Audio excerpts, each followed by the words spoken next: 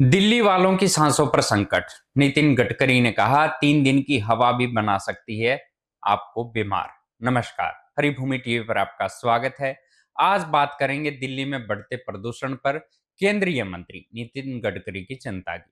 दिल्ली, जो कभी अपनी ऐतिहासिक धरोहर और सांस्कृतिक विविधता के लिए जानी जाती थी, अब अपने गंभीर प्रदूषण स्तर के लिए चर्चा में है। हाल ही में दिल्ली का वायु गुणवत्ता सूचकांक 500 के पार पहुंच गया, जो गंभीर प्लस श्रेणी में आता है।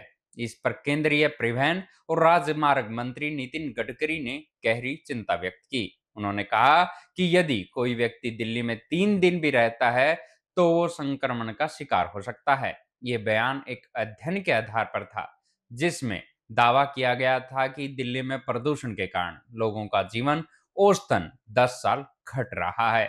गडकरी ने दिल्ली में ट्रैफिक जाम और प्रदूषण की समस्या के लिए 65,000 करोड़ की परियोजना की घोषणा की है। इस परियोजना के बायोफ्यूल, पराली उपयोग और वैकल्पिक ऊर्जा संसाधनों का ध्यान केंद्रित किया जाना है। इसके माध्यम से दिल्ली को एक स्वस्थ और कुशल राजधानी बनाने का लक्ष्य है। केंद्रीय मंत्री ने किसानों के लिए भी योजना बनाई है, जिनके माध्यम से पराली जलाने की समस्या को कम किया जा सकता है।